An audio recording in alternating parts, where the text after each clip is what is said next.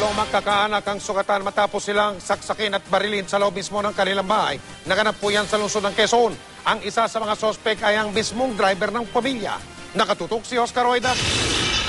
Baka sa mga silid na ito ang nangyaring karahasan nang mapasok ng mga pulis. Nagkalat ang mga dugo at gulo ang mga kagamitan. Maghahating gabi raw nang pasukin ng tatlong armadong lalaki ang bahay ng pamilya Nakayama sa May Union Village, Barangay Culiat, Quezon City. Ang 49 anyos sa Cindy Nakayama may tama pa ng bala ng baril sa ulo. Ang 15 anyos sa manyang anak may saksak sa braso at dibdib. At ang kamag-anak nilang si Elvira Umbas, laslas ang pisngi. Tinangkarin daw na pasukin ng suspect ang isa pang miyembro ng pamilya na itago na lamang natin sa pangalang Remy, pero nabigo sila. Tinatry nilang buksan yung pintuan ko pero hindi nila mabuksan. Paano nila tinatry?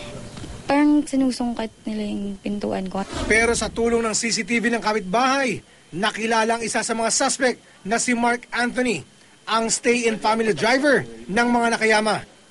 Sa CCTV na ito, kaswal pang naglalakad ang tatlong suspect sa loob ng Union Village.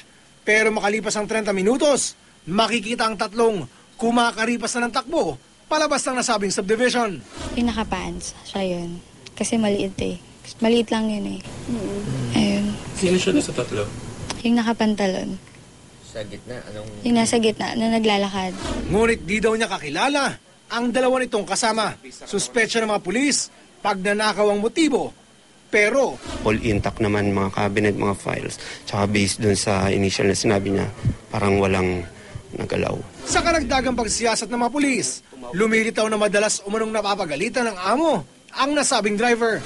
Oo, may mga time na ganun. Pero hindi naman nothing serious. Napapagalitan kapag nasa sermonan, ganun lang.